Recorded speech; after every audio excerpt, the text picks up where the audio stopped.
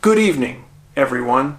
This is David Paulides, and welcome to the Missing 411 podcast. Tonight, we're going deep into the heart of the Pacific Northwest, specifically to an area I've investigated for years, the ominous Three Sisters Wilderness in Oregon. This isn't just a story about two climbers who met a tragic end.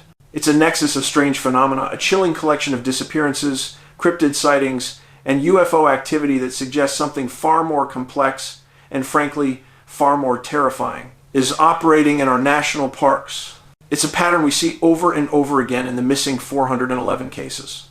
Let's start with the facts of the case. September 5th, 1927. Guy Ferry, 26, and Henry Kramer, 23. Two experienced University of Oregon graduates, full of life, set out for a climb. They parked their car at Frog Camp on the Skyline Trail and successfully summited the North Sister, but they never came home. The initial search was severely hampered by a sudden, intense early snowstorm, a rapid, unexpected weather change that consistently isolates and disorients victims in our missing 411 files. The search was massive, involving hundreds of men, but yielded nothing. They finally terminated the search in October, believing the freezing winter had claimed them. But the discovery the following summer, nearly a year later, in September 1928, is where the fear truly begins. Guy Ferry's bones were found between the Middle and South Sister, and just 200 feet away, Henry Kramer's body was recovered. The location? Plain View. They were in an area that had been searched multiple times by dozens of professionals. How does that happen? How do hundreds of men miss two bodies in an open, highly trafficked location for almost a year? Henry was wearing Guy's clothes. The official theory is hypothermia. One died, the other took the clothes for warmth. But the truth is, two men dying just 200 feet apart and somehow being completely missed by hundreds of searchers, it defies every single principle of search and rescue. It's as if they were placed there. Or perhaps the very space they occupied was somehow distorted during the search, a momentary, localized, dimensional shift that made them undetectable. This is a common, terrifying possibility in the worst of the missing 411 cluster cases. What makes this region so unusual is that it's not just one isolated disappearance. The Three Sisters area and surrounding Deschutes County is a documented hotspot for high strangeness. The kind of things that rarely make the local news.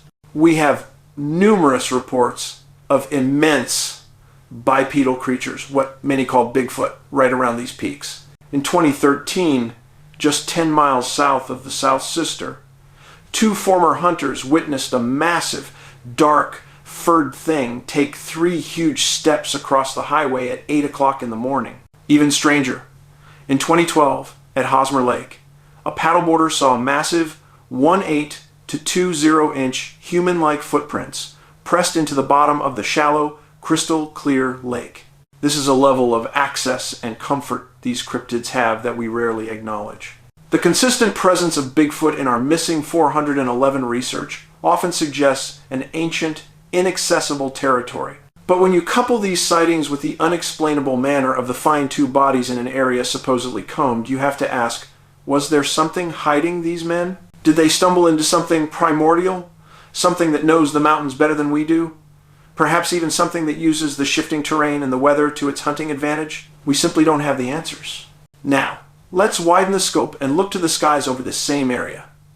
The UFO reports in Deschutes County are prolific, and they often describe the bizarre blue orbs that figure so prominently in our listener letters. We have reports from 2021 of a very long, narrow, illuminated, cigar-shaped craft seen by campers south of Sisters. This craft was silent, high, and completely non-responsive to laser pointers. But even stranger are the descriptions of the glowing spheres. A report from Bend, Oregon, in April 2021, describes a large, bright sphere with smaller lights or craft seemingly entering and exiting it, a textbook mothership scenario. Multiple people pulled off the road to watch this incredible silent event. These blue orbs, or light anomalies, sometimes described as having a frothy, bubbly, electric blue interior, have a terrifying, almost electrical element to them. They seem to manipulate power. Remember the listener story. A huge blue orb the size of a small car caused all the streetlights and porch lights to instantly go out as it passed a Florida neighborhood. Another witness described a basketball-sized orb that simply shattered like glass and vanished without a trace. Could these phenomena be connected? Could the high strangeness of the Three Sisters area, the Bigfoot sightings, the unexplained deaths, be directly linked to this intense aerial activity? Some theories suggest that certain mountainous areas are natural centers for dimensional rifts, and that cryptids and UFOs are simply different manifestations of a single non-human intelligence utilizing these ancient gateways. This connection is vital in truly understanding the larger missing 411 pattern. Moving 600 miles south, we encounter another terrifying pattern that often intersects with the disappearance of young, healthy men: water. The disappearances near the Bay Area sloughs are a terrifying collection. Let's look at the case of Charles Garwood in 1909. He was a 3-5-year-old ranch hand in San Leandro, experienced and stable. He disappeared while hiking out along the narrow gauge railroad, which ran out into the Bay Sloughs near what is now Oakland International Airport. Despite an exhaustive 7-day search involving spotters at tidal choke points, they found absolutely nothing. No body, no tracks, no sign of a struggle. A complete and baffling vanishing act. This vanishing in the Bay Area near sloughs and wetlands is a pattern I've personally dealt with many times. Think of the Alviso area near San Jose. Time and again, healthy young men inexplicably disappear near the stadium, only to be found days later, deceased and floating in the Alviso slough. Why do these healthy young males often end up in water, sometimes miles from where they were last seen, in areas they couldn't have logically reached, with no witnesses? In the world of missing 411, water is a devastatingly common denominator that we have yet to fully comprehend. To underline the sheer impossibility of some of these cases, we must look at a far earlier one from the Canadian prairies. A case I've documented near Winnipeg, Manitoba. Lizzie Irwin, 2 years old, went missing on July 19th, 1899, from her family farm.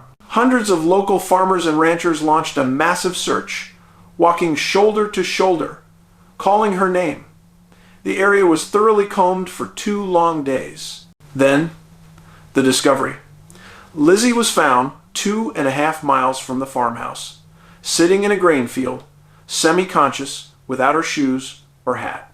2.5 miles in 2 days for a 2-year-old is physically impossible. Furthermore, hundreds of people were searching this area and calling her name. Why did she not respond? Why was she not found? It suggests the presence of an unknown force that can either transport victims or somehow render them invisible to searchers. So, what are we looking at when we connect the dots? We have the Three Sisters Wilderness, a region that is a magnet for disappearances and a documented source of Bigfoot and persistent UFO activity. We have the coastal areas where healthy men inexplicably vanish and end up in water. And we have the sheer impossibility of cases like Lizzie Irwin, who travel vast, impossible distances, seemingly immune to all search efforts. The common factor is a profound disconnect between the search effort, the victim's physical capability, and the final discovery location. These are not typical lost person cases. The sheer volume of high strangeness reports in Deschutes County, the Blue Orbs, the cryptids, the close proximity of the unexplained suggests that in certain remote areas, the veil between our world and something else is frighteningly thin. I can't tell you what took Guy Ferry and Henry Kramer, but I can tell you that the circumstances of their death and the nature of the area align perfectly with the missing 411 profile. As we continue to investigate these patterns, your personal experiences become vital. If you've had an experience with a blue orb or a similar unexplained event, please reach out. Be aware of the dangers in the backcountry. Your support helps us continue to shine a light on these terrifying truths. Carry a personal locator beacon, tell your friends where you're going, check the weather, and please be kind to one another. Everyone is fighting their own battle. Be polite out there. Good night.